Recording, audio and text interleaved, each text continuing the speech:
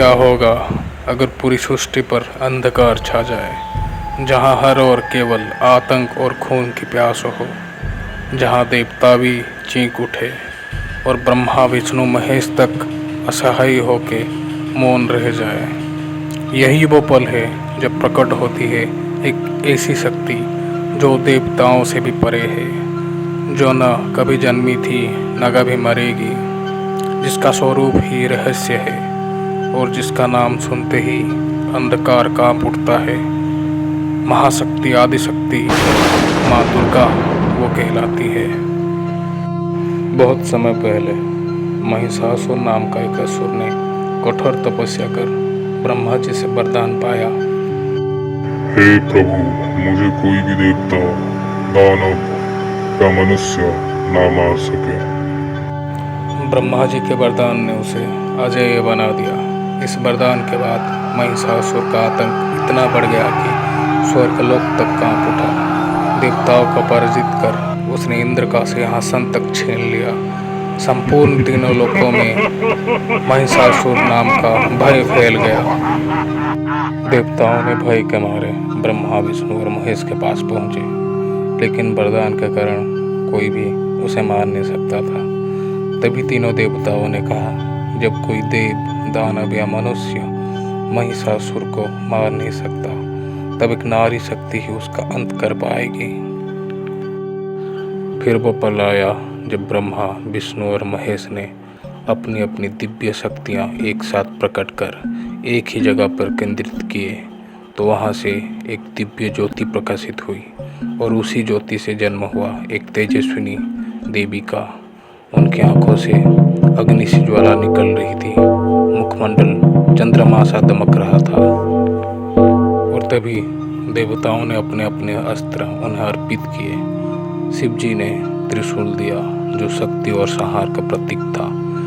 विष्णु ने सुदर्शन चक्र दिया, जो धर्म की रक्षा और अधर्म की नाश करता था।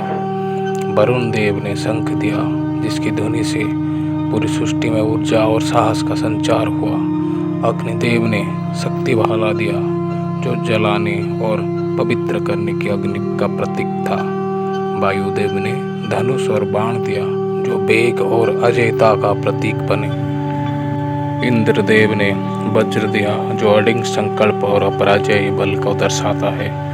यमराज ने कालदंड दिया, जिससे न्याय और मृत्यु का नियंत्रण उनके हाथ में आ गया।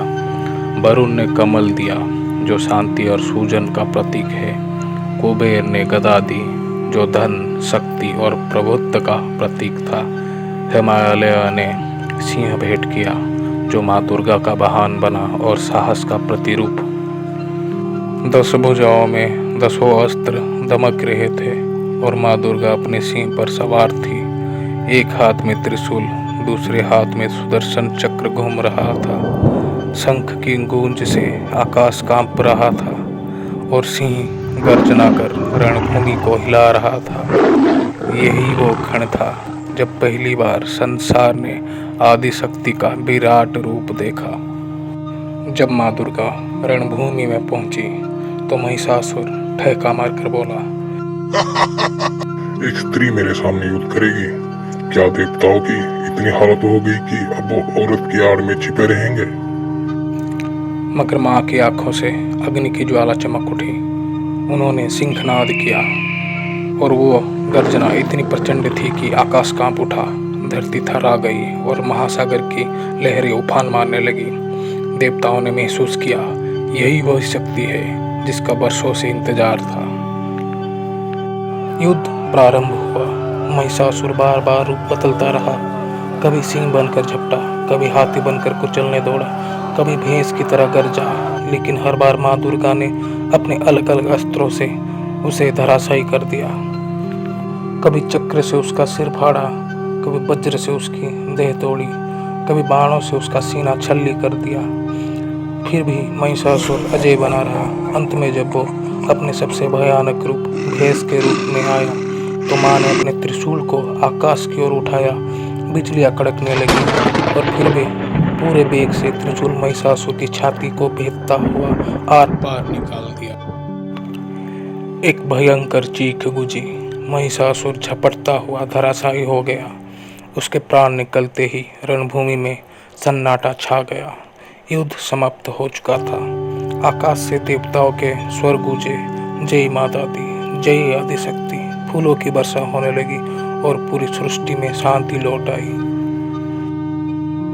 माँ दुर्गा की उत्पत्ति सिर्फ एक कथा नहीं, ये इस बात का प्रतीक है कि जब भी बुराई हद से बढ़ेगी तो नारी शक्ति स्वयं प्रकट होगी और धर्म की रक्षा करेगी। अधर्म चाहे जितनी शक्तिशाली क्यों ना हो, सत्य और धर्म की विजय निश्चित है।